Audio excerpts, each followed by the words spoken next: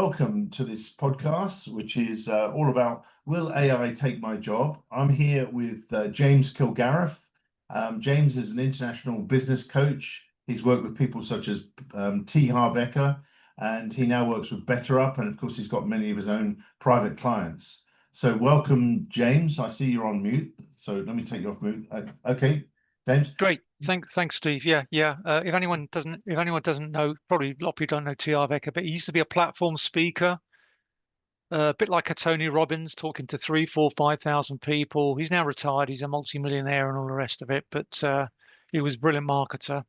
And of course, then I worked for this company in the States as well, which is more about executive coaching, working with big firms, team leaders, sales leaders, that kind of thing. Then I've got my own private clients.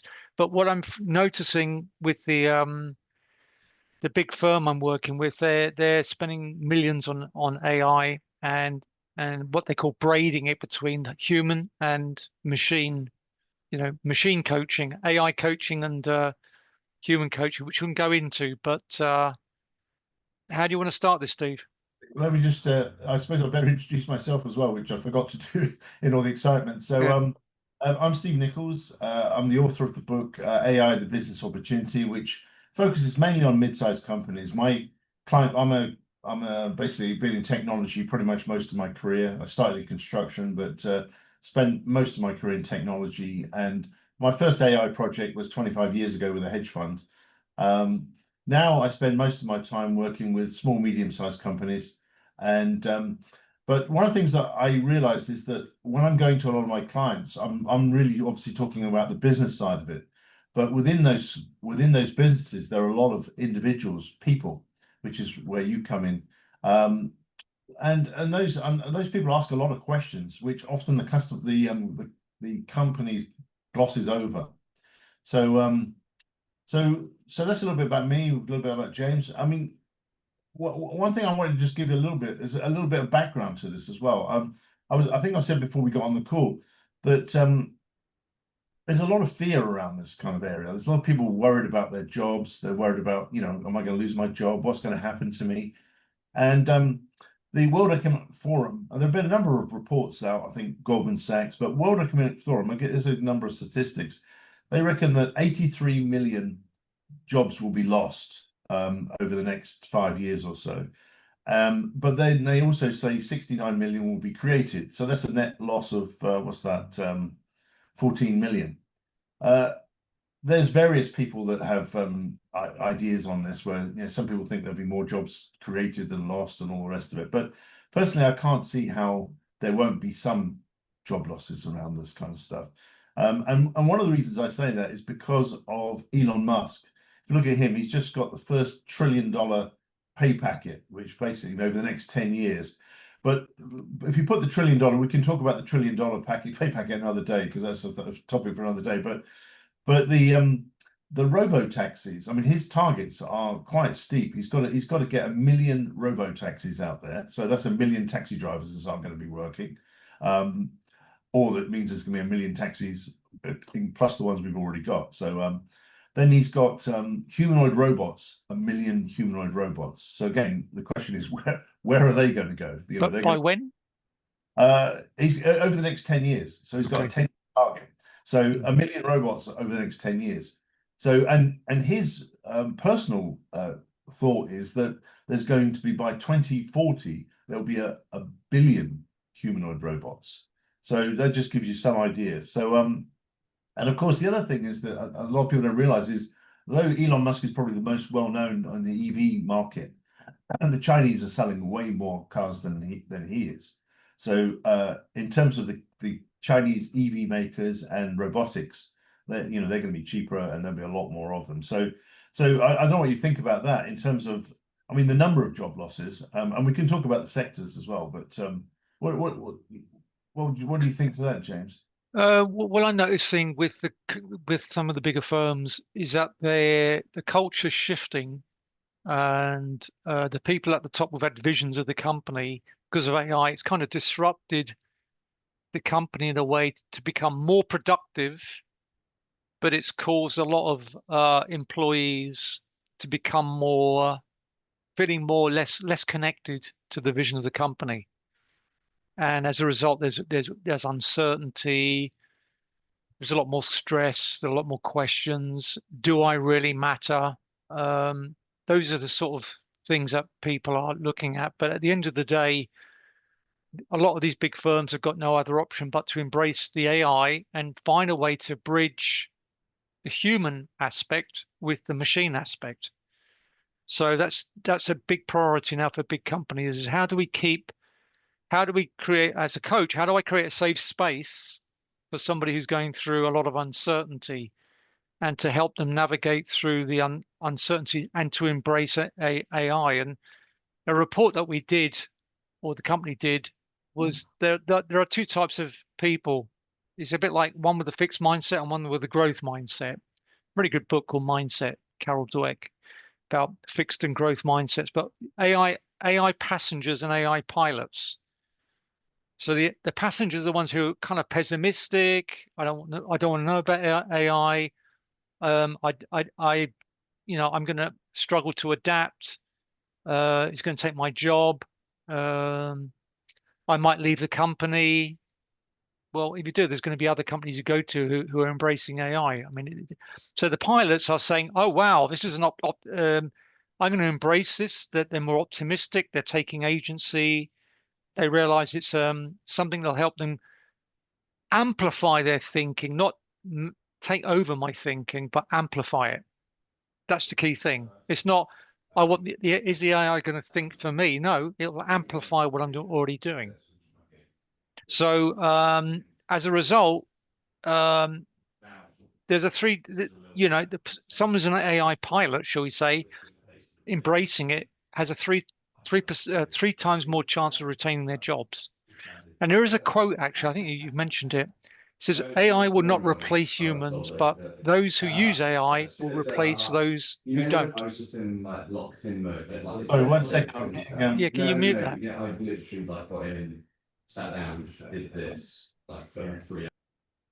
Cool, that's good. So I'll do that quote again. AI will not replace humans, but those who use AI will replace those who don't. This is the ex-CEO of IBM, Ginny Rometty, I think it is.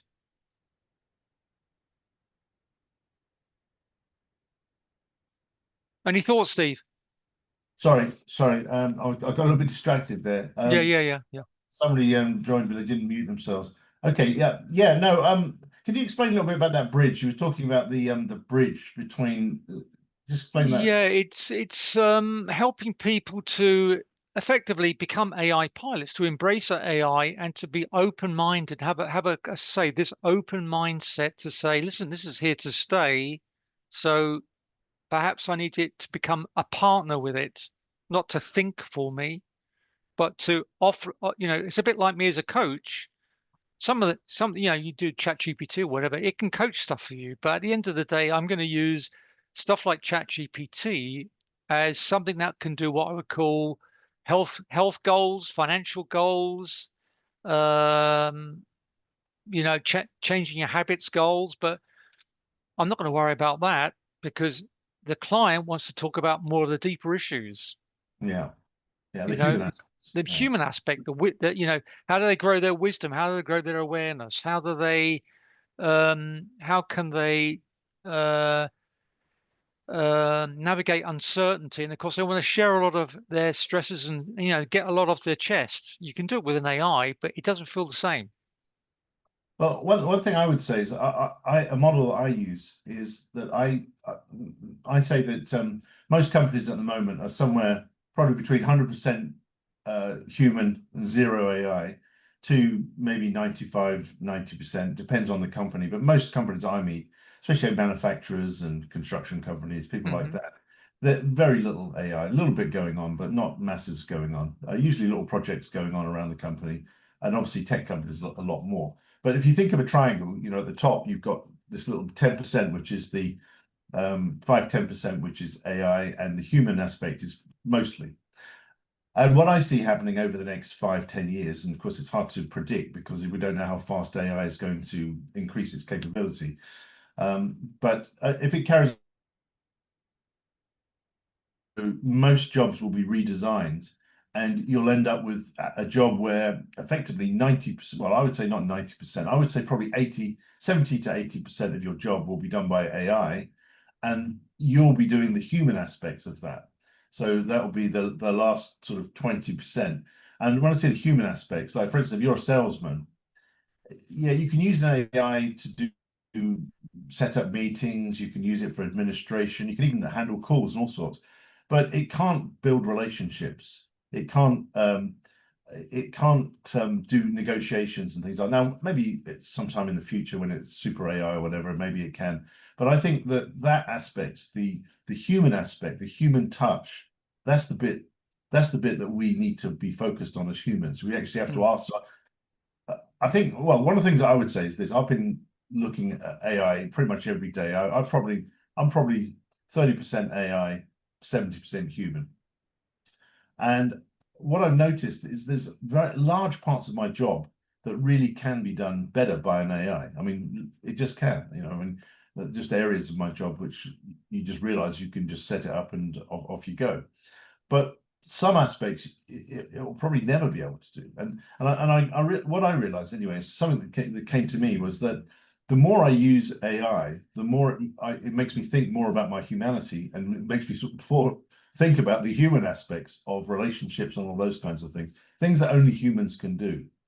And I think this is what's going to become important. So when people worry about losing their job, I don't think it's so much losing your job, it's losing aspects of your job, which quite honestly, you probably didn't enjoy anyway. I mean, boring administration, stuff that, let's face it, going to meetings, stuff like that, which you can send your AI, your avatar now to go to a meeting, you can record it, and you can look at it later or whatever. So I think I do think there is going to be a lot of that kind of thing. So maybe we can look at that. What's your feeling on that? I mean, I agree. I mean, you lose aspects of your job, and the aspects that you're going to lose are kind of more the mechanical stuff. Which, if you're not enjoying it, why don't you just give it to an AI? That will probably do the job for you, and just focus on what you're good at. What's gonna expand you? What's going yeah. to expand your skill sets? What's gonna bring more enjoyment to the work you've got, rather than getting bogged down by a lot of the mechanical stuff. Well, I would say that, for instance, there's, in my experience anyway, because I've been through this before. I mean, like you and I, let's just say we're not young anymore. No. We've been through this before. I mean, I've been through, I worked with British Telecom many years ago when the internet first came out. And then again, I've been through mobile telecoms, mobile convergence, basically the introduction of mobile devices, which of course, when we first started work, they didn't have those. Only executives would carry some great big suitcase around with them, or have it in their car. And then, of course, the social media. And one of the things that I noticed, something you said before, one of the things that I noticed, that companies that really find it easy to take to work with this kind of stuff typically have an open culture, curious culture. And you can ask any questions, kind of thing. It's kind of let the chips fall as they may. Tech companies are pretty good at that, where they have what I would call a big diversity of people. So they have a lot of people from different backgrounds that come together. I think when you have a lot of diversity, that helps. But I noticed that some older industries, where they're more, let's take government, probably things like the army, anything was bureaucratic, that sort of machine bureaucracy, they tend to resist this kind of change. So I anticipate that those, I mean, like for instance, you're going to work for a council or local government, these are hard places to change, because this machine bureaucracy will resist. But if you're in a high-tech company or something like that, they're much quicker to go. And also they're pretty much, I mean, if you look at the top three industries, for instance, I looked at the top: tech, finance, and healthcare. They have the most. I mean, obviously, finance has been involved with it for a long time because of algorithmic trading and automatic trading. And of course, tech, they've invented stuff, but not just the people who invented it. There's lots and lots of tech companies out there always looking for any new angle to go faster, quicker, and all that kind of stuff. So, but the slow movers, there, even when I was at British Telecom, you know, we had sectors, and the sectors which were always the slowest were manufacturing, construction. And I think I would say that's because they're probably low, they're very low margin. I mean, they don't have a lot of margin. So if you're a manufacturer or a construction company, they work on very low margins. In general, I mean, there are some that work on bigger margins, but whereas in a tech company, and for instance, when I joined a tech company years ago, and we were a startup, although we had 500 million of capital, you know, but we had 70% gross margins. And when I worked in construction, you know, we were working on like 1% margin. I mean, when you're working on 1% margin, everything's about efficiency, you know, how efficient you are. But, you know, efficiency only gets you so far. And it's really a race to the bottom. You know, you're all basically trying to compete on price. And, you know, it's just, you know, in the end, it destroys the value. Whereas if you're in construction, not construction, in tech, you know, when you've got large margins, it gives you a lot of scope to innovate. And that was just something that I've noticed over But the years. where could AI help someone in construction then? Well, again, I think most of them tend to focus on the efficiency aspect, which again just drives down price and just goes, you know, you just going down. I like to think of things like how do you not do things differently? I mean, for instance, when I was in construction years and years ago, everybody was really much they were all price focused.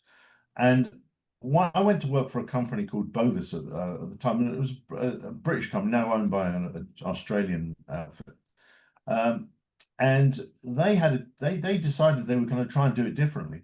So rather than doing the same as everybody else, which is because in construction they all use the same labor, they all use the same materials. You know, on a project, it's the same materials. It's pretty much the same types of, you know, they're all, because it's all subcontracted. And so really all you're selling is your know-how, and the ability to make all that work together.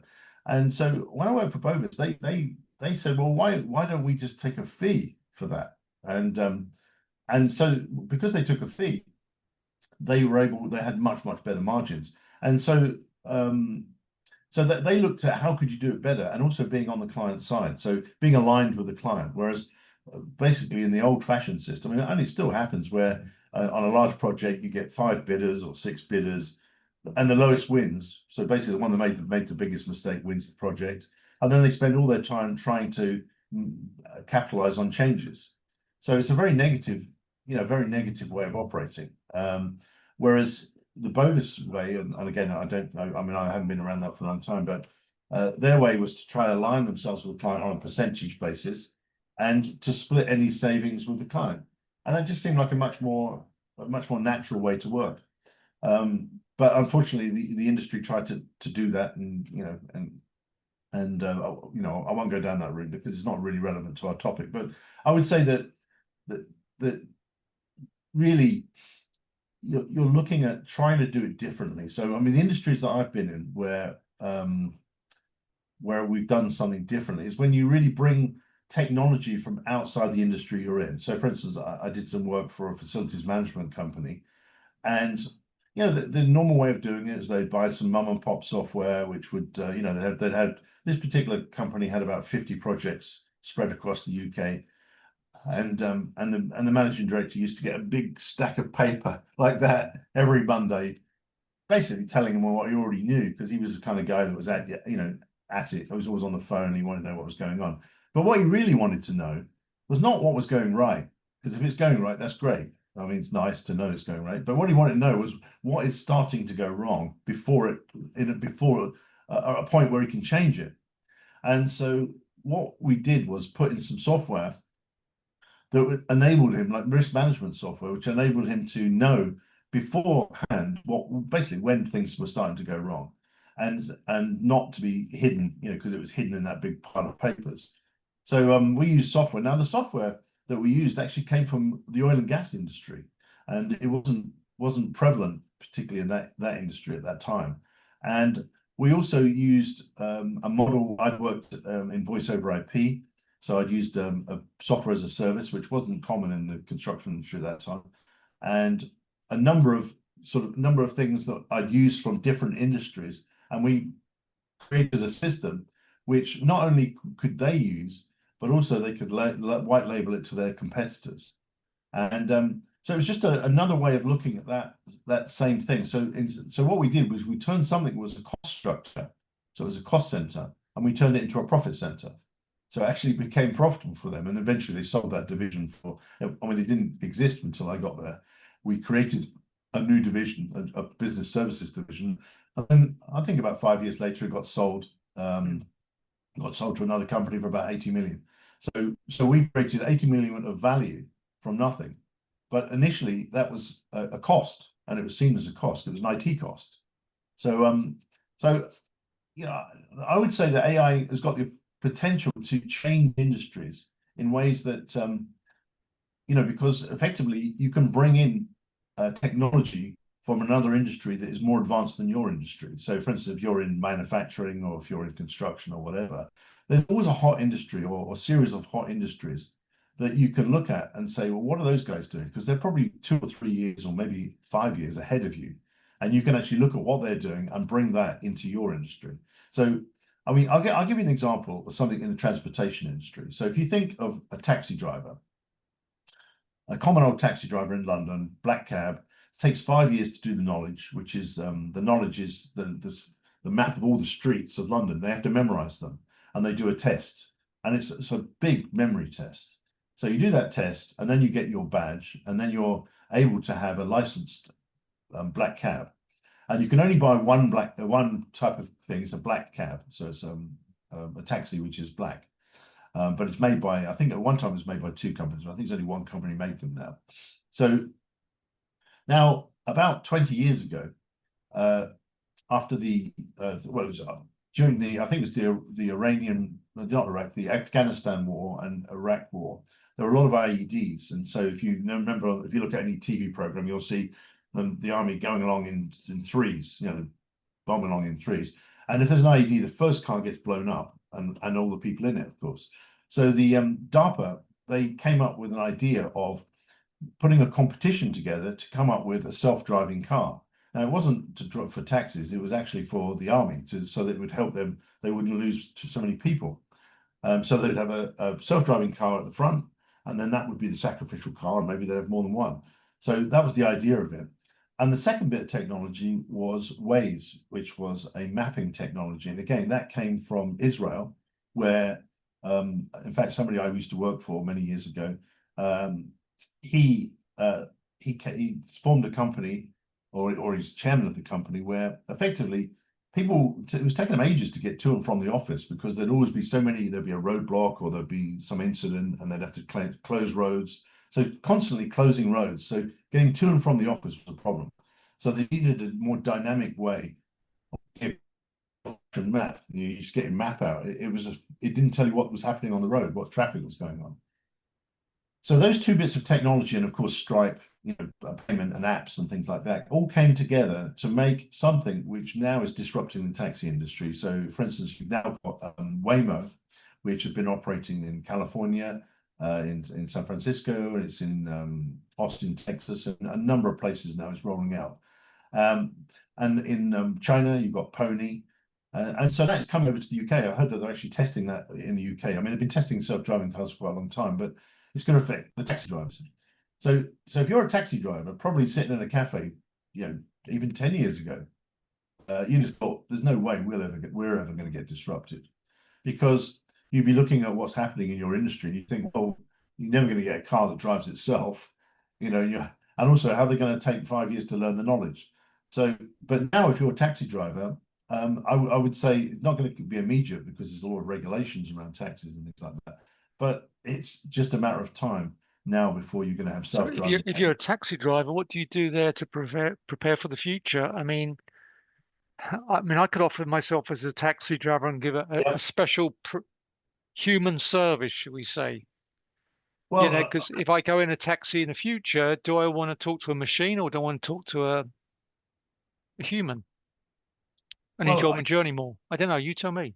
I think they'll turn to doing things like trips. You know, they'll actually do trips around. I mean, because one of the things that taxi drivers know, I can't talk about the rest of the world, but in London, they know about, restaurants. They know about buildings along the way. So along that, one of the things they learn around all these routes are where the main restaurants are. They know where all the tourist routes and things are. They know where. I mean, I know one taxi driver does rock tours.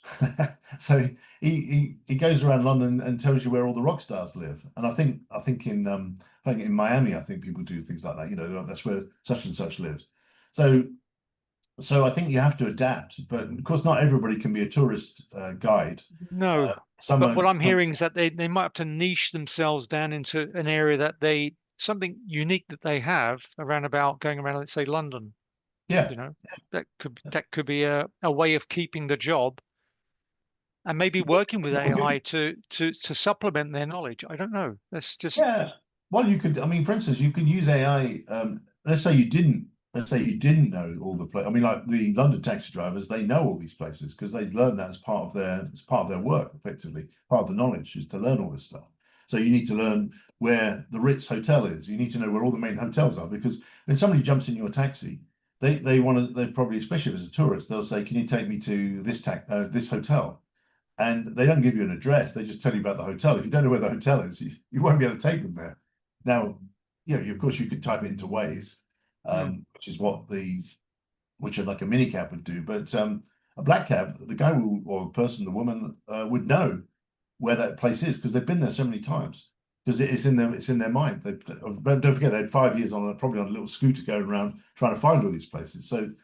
So that's already kind of there. So let's say if you were in another part of the world where you hadn't learned the knowledge because perhaps that wasn't part of the way that their taxes evolved, then you perhaps you could use ChatGTP to learn different things about that place, like a tourist guide. So I mean that's just one example. And taxis, I mean, taxis are just the start. So what I'm thinking is that taxis are going to be the start. That's where it's going to start. So they're calling it robo taxi. That's the Elon Musk version, and Pony have theirs, and as I say, Waymo have theirs.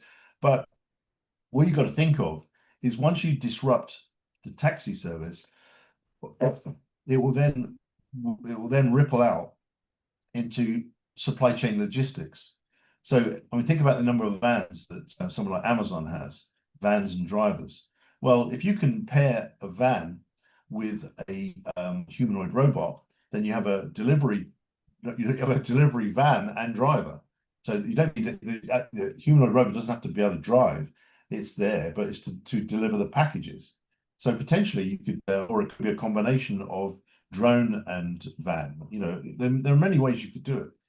So yeah, I mean, I would say that if I was in the manufacturing or if I got supply chain logistics attached to my business, I think this is one that's going to be a bit slower than most because obviously there's all regulation around this, but it's going to happen. And so what else will that affect? Well, that'll affect town planning. So you won't need so many car parks, or the car parks might be just for instance, Elon Musk might go around buying up car parks because he wants somewhere for his vehicles to charge up. So you might have a multi-story car park full of EVs all charging up, and when they're not working, So yeah, I mean things are going to change. They're going to change. for So sure, for sure. It's just being ready, and I think it's just having that open mind, that embracing mind, the growth mindset I was talking about the early part of the call.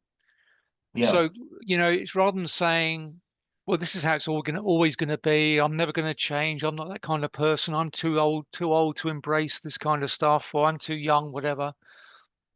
Is, well, what can I learn? What am I missing? Who could I enroll to help me to understand more about this kind of technology?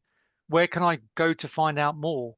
How much time can I give each week, maybe to maybe we'll talk about practical actions now, but maybe whether one of the practical actions is play around with Chat GPT for 1 hour a week. yeah. I mean, this tech. All I say is this technology is not going away. I mean, this Mm, technology is here to stay, and it's just going to get better and better. I mean, if you look at the gaming industry, games. So, mm, for instance, we look at Google. They basically started their AI with DeepMind. They started with chess. Well, actually, it was IBM that did the chess one. If you remember, Gary Kasparov. hmm He basically made it so you couldn't play. chess anymore against a computer, because the best you could hope for was a draw. So he beat. I mean, Gary Kasparov was beaten by Big Blue, and then Google came along, and there was a game which was called Go, and they thought that that was a game that no computer would ever be able to do that, because there was billions of combinations. But it actually they trained a computer to learn by itself, so it played the game hundreds of thousands of times, and it beat the best Go player in the world. I think it was a Korean guy, beat him. I think it was 4-1 initially, and then they had AlphaGo, which beat the machine, or the program that beat the alpha player Go. Then they had a machine that beat that. I think it was 100-1. So, and then they've gone into things like AlphaFold, which is the protein area, and then there are lots of different areas. So I would say that already a lot of these large language models, I mean, they lack certain things. I mean, I think they're a little bit, there's no doubt they are fantastic at certain things, but they are a large language model, which is like to be predictive text. I mean, a little bit more complicated than that, but basically predictive text. But what they do lack is they lack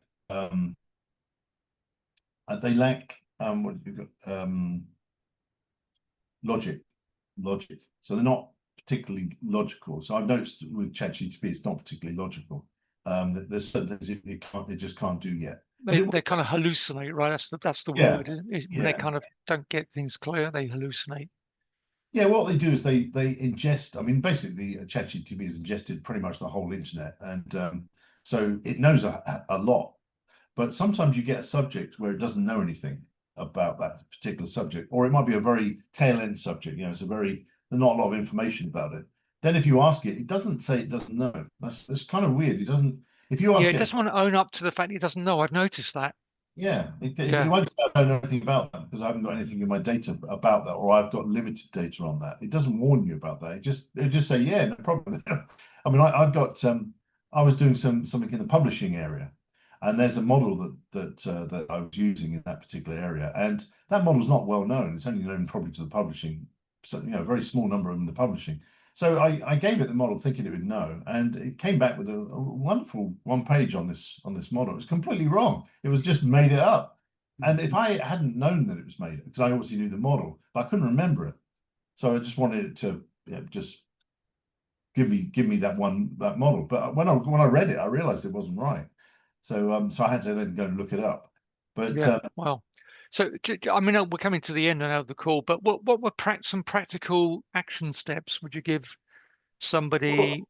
well, there's a couple of things I would say that we haven't covered. One is that I think if you're a company, one thing you've got to be really, really careful of is what I call selfish technology. And selfish technology is where you put technology in place just for your own efficiency. Don't get me wrong, there's nothing wrong with being efficient, but sometimes you put a technology in which benefits you, the customer, you, the company, but don't really benefit your customer. And I'll give you an example of that. Is if you go to the supermarket, and supermarket checkouts now, they're in the UK anyway, a lot of them now, they're doing this self-checkout. And I mean, personally, you can see that there's a demographic that doesn't enjoy those. For instance, the older people don't particularly like it. Or if you've got a massive basket of shopping and have to do it self, a lot of people don't like that. It's a case of, doing it yourself takes forever. Whereas if you've got somebody who knows, doing it all day, they're really quick at finding the barcodes and things. And of course, the other thing is that the barcode go through. So if you look at, and I'll give you another example. McDonald's, for instance, have got a young demographic in McDonald's that go into McDonald's, and they introduced a little while back tablets, big, very large tablets. And my local garden centre, they thought it would be a good idea to test that with their customers. Well, their customers were about 70 plus average age, probably, that used their restaurant. And so I don't think they asked anybody. They just took away the checkout desks, and they put these tablets there. So you had to order on a tablet. So you had to first find a table, get the table number, then go to the tablet. But the tablets weren't large like McDonald's, big, huge things with nice pictures and everything. These were just kind of like little iPads, tiny little things. And of course, most people getting on in years, they wear glasses, and they wear glasses for reading, but not necessarily for walking around. So you have people there trying to wear my glasses. They're trying to find their glasses. Then they're trying to look at the tablet.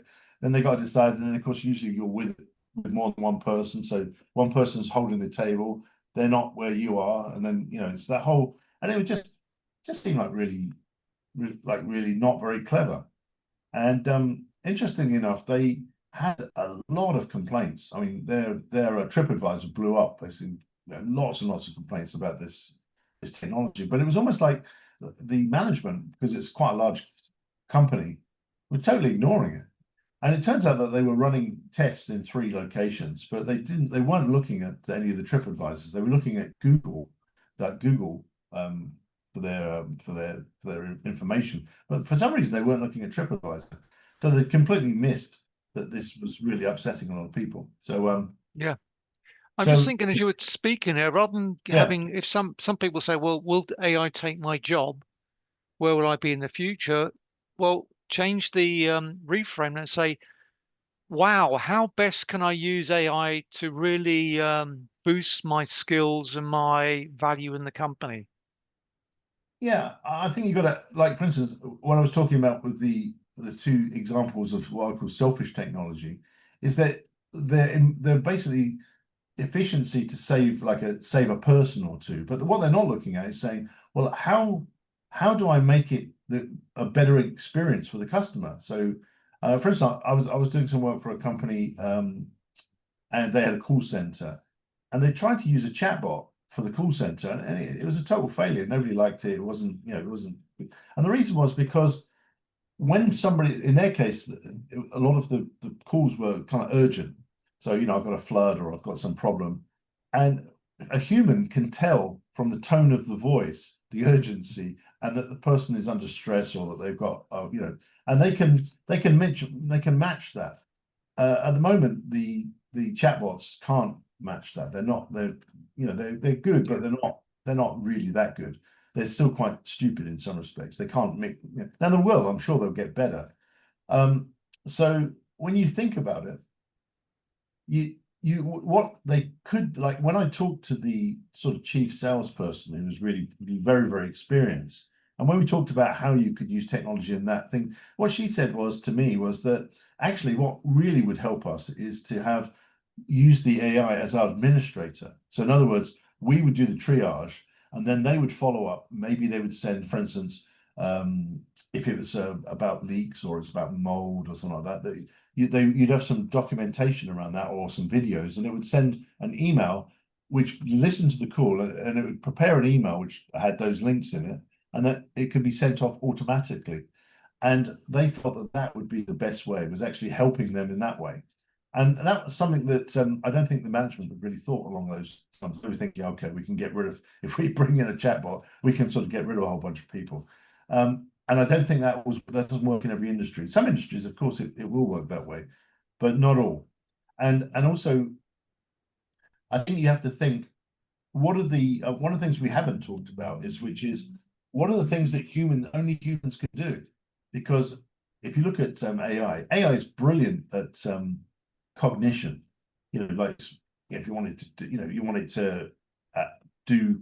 I mean, there's just certain things that AI can do much, much better than a human. It can do volumes. It can write volumes of um, content and stuff like that. But there's some things it can't do. I mean, it doesn't have empathy, for instance. It doesn't, it's not really creative. It can be creative, or can be seen as creative, but only in certain ways.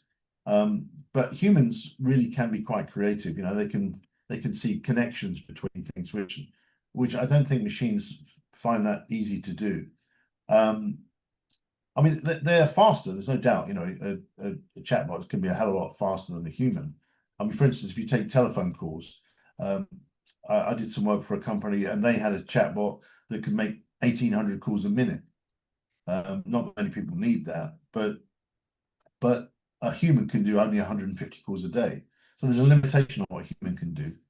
But human has, empathy, creativity, Humor, that's another one. humor, yeah, humor, integrity. I mean, integrity is I think trust building trust and integrity is something that humans, value. I mean, you value trust, trusted employer or trusted. So I think these things are kind of things you don't really learn at school. I mean, nobody teaches you to have integrity at school, really, do they? I mean, it's not No. saying you kind of learn. It seems to be something that people either have or don't have. But integrity, probably, if you think about it as a character, is probably the number one thing. Being a trusted employee or being a trusted friend or whatever is probably one of the number one. But if you take AI will never have that. It just can't have that. It No. doesn't die as such. Like, for instance, we have a limited lifespan. And when you have a limited lifespan, it means you go through periods of your life where when you're young, you think you're invincible, you're never going to die. When you get a bit older, you realize that you only have a certain lifespan. The span is that you're not going to live forever. And as you get older, you have, some people have health things that warnings and what sort of these are things that make the whole human that AI I don't think, and I don't mean it Yeah. in an ethereal way. It's something which, pardon me, it informs the way humans behave. So you imagine you've got within your workplace, you suddenly they decide, like for instance, BMW have started bringing humanoid robots onto their factory line. It won't be long, probably in 10 years before you'll be seeing them in offices and all sorts of places that you wouldn't expect to see them. Probably we'll see them in bars and in restaurants first, but gradually, they'll start to be in places that you won't expect them. And then the question you've got to ask yourself is, do you want a workplace that's full of robots, or is it something? Do you want it to be like that, or do you want something to be more human? And I think we need to think about the human touch. What is it that humans bring? And that's why I personally think that we are going to have to design around this idea of, the really mundane part of your job, which can be done by an AI and agents and things like that will do that, and that we will focus on the really important part, the human part, the directing, the direction we should go in and all that kind of thing. So you probably noticed with ChatGPT that you need to direct it. It can generate hundreds and hundreds of pages within minutes of stuff which is very, very similar. So for instance, you ask a question and it'll give you a page of output. And then you say, well, I like that, but can you ask it in this one? Then it'll give you another page of output. And before you know it, you've got 100 pages of very, very similar stuff. And you go, well, I like that bit and I like that bit. But and so I think the human direction is actually very, very important. That's what I would say is very, very important. In terms of one of the things I didn't mention is, we talked about the types of jobs that I think are at risk. I think the ones that are least at risk are things like managers and leaders, because leadership is still something which is very much a human. It's very much a human thing. I don't see AIs or robots leading lots of humans personally. Coaches, I think coaches and counselors, and again, I think what will happen with coaches and counselors is that perhaps the more mundane type coaching, which you can sort of, will be done perhaps by AIs. But when it really comes to subjects which are human subjects, things that you want to talk about. I mean, you know this yourself. I mean, what kind of things do you find that, when you start out with a client, obviously it starts off business-like, and then where does it go after that? Does it get more personal, or It gets more personal, gets much deeper. They get to that initial 1 or 2 sessions. They're not sure whether they've had no coaching before. They're not sure whether they can trust you or not. But once they get to know you and the rapport's there, they go much deeper. And they'll share. This is, I have clients saying, I've not shared this with anyone in my life except with you. Yeah. And So I it's trust, see, and I wouldn't organic share, trust. maybe I wouldn't share my deepest secrets with an AI, because if it goes out into the world or gets Yeah. archived, yeah, I wouldn't do it. And the other thing about an AI is that I've done some I've asked it to coach me on something, and it will always tell you what to do. Whereas a coach will say, well, what do you want to do next? Right. What do you think? What's occurring to you to do next? Hmm. and then get the client to think for themselves rather than, but what the AI will do is that it will kind of think for you and say, perhaps you should do this over, do this over the next number of days. Yeah, that's interesting. I mean, the thing that struck me what you said there is again that word trust. You know, Trust. until somebody trusts you, they're not going to tell you their deepest secrets. Um, and yeah, I mean, we're coming back to, as you say, to the subject, which is, will I lose my job? I think initially, very few people are going to lose their job. Very few people are going to lose their job. But I think what will happen is almost every job will be redefined. I don't think there's going to be any job, probably very few jobs that aren't going to be redefined, that you'll be using. You'll be, I mean, I'll give you an example. My partner, she used to work in shipping, and she used to run a small team of about 5 people doing customer service. And I remember one time, she was working till 8 o'clock at night when they got really, really busy. And I said to her, why are you working so hard? And then it was like, well, we're the end of the line, basically. The ships go at certain times, and there's a whole bunch of administration that has to happen. And there's a lot of human type work that has to do. I remember looking at then one time I was sitting there with her, and I was going through the types of, and what it was is that they would get 1,000 emails a day, and what they could really have done with an AI to have just done the triage, to actually just go through and just say, right, 80% of these I can point them to the right people. So in other words, just having to, if you think about it, in a team of 5, they're coming in all day, so they're just coming in a steady stream all day. You don't know if it's something that's going to take an hour or 5 minutes. And so having somebody that could triage with you and do maybe do 60-70% of the workload, and that you just do the difficult ones. I think that's the sort of partnership I'm thinking about, is where Mm. you have a partnership, and everybody can have this, whether you're a CEO, a coach, or anybody, that you work with ChatGPT, Claude, whichever one is your favorite model, and you effectively get to know that model. You tell it enough. Obviously, it's like about, again, trust, but you get to give it enough information so it understands you. And effectively, you've got a really useful thought partner. Somebody that you can work with, thought partner, partnership, that means that you can do more with less, effectively. So you Yeah. can use it where it makes sense. And I think even I was thinking about this the other day, and for instance, if you're in a company, typically what happens, there's a special project, and various people get picked to go on this special project, and then all the rest of the people think, well, there's a special project going on, so I'm not special because I'm not part of that project. So personally, I've always been against using words like special projects or special projects team. And but what I was thinking is that, even if you're, say, somebody works, let's say you've got a canteen in a factory or whatever, or you're in a big company, you've got a canteen. Even the person in the canteen can use ChatGPT. What for? Designing menus, designing the food that goes on the menu, all that kind of stuff. So you might think, well, my job's a janitor or whatever, or my job's a cleaner or something. But what can I use it for? Well, you could look at it to understand what chemicals you're using. You could use it to work out the most efficient route when you're doing your cleaning. I know some things you're going to say, well, they can do that. I know that off by heart. But there's lots and lots of things that you can use these things for, and use it where it makes sense. I mean, some jobs it doesn't make sense to use it that much, but you'll use it for something.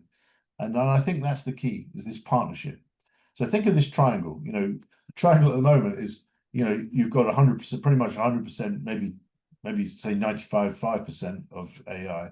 You've got to start thinking, as over time, what part of your job could you use AI for to make you more efficient, so that you could do the job of 5 people, or do it 5 times quicker, so you can do something else. So, and a lot of the times, let's face it, not every job is great. Not that, most people have got parts of their job which they find really, really boring. I mean, personally, I'm not great at administration, so using AI to help me with administration and writing emails, for instance, is really fantastic. But yeah. So in terms of what you think people can do, um, what you're reflecting on this, what would you say would be the people Well, first of all, I think just change the way you look at what's coming down the line and say, wow, this is going to be, what's good about this for me? What's the gift in it? Yeah. What's the opportunity here? Rather than say, oh my God, I hope it doesn't take my job, because then that becomes a self-fulfilling prophecy if you're not careful. So that's more about, you know, try to see it in a fresh way. I'm not saying it's going to take, because it is, you know, we know it's going to take jobs eventually, but how can I work with what's coming down the line? How can I use this to be, rather than say, move from give me something to how can I make it into a thinking partner for me?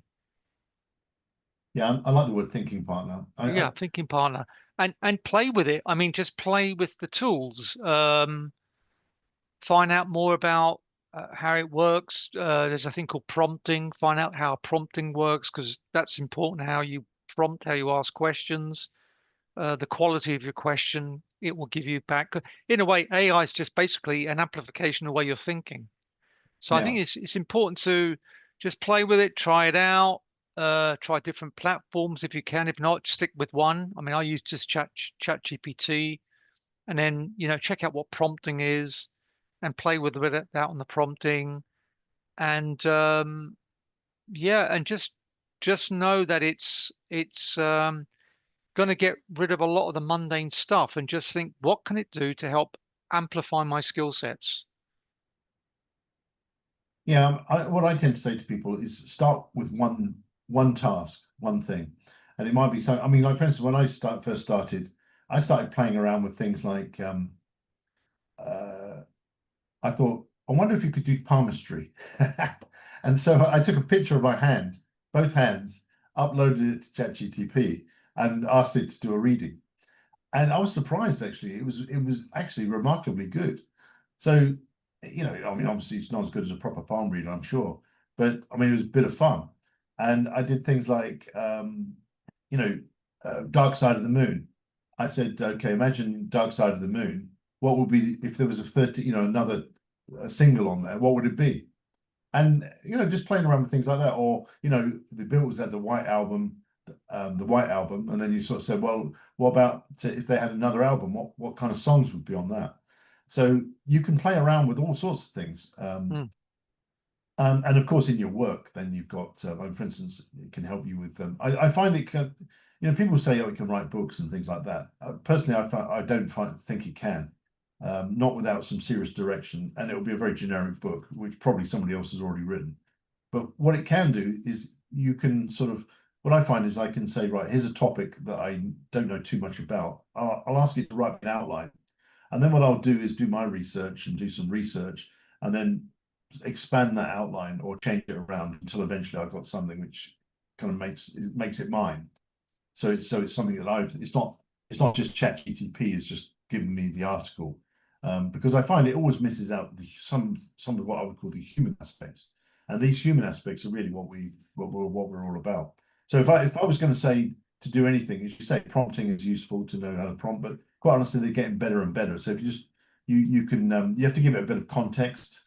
So tell it what you want, but give it some context. That might be an example. So for instance, if you do writing, you can just upload a few samples of your writing and say, this is my style. So you could say, right, upload three articles you've already written that you wrote yourself, and you could say, can you analyze those for style and content, and then say, well, that's how I want my articles to be in the future.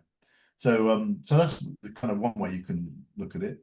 And I think you just got to experiment. Just got to experiment. You just got to experiment with things that you need, and just go right. Just ask ChatGTP or ask Claude, and there are others. They're not the only ones. Perplexity people use. Some people use the Chinese ones, Manus and DeepSeek. So there's lots to choose from, but to answer the question, will you lose your job? My answer to that right now would be, unless you're probably a call center worker, which seems to be a lot of people getting rid of those people, I would say no, you're not going to lose your job. But over time, your job will eventually be redesigned, and if you've got any sense, you'll be the one to redesign it, because you know your job best.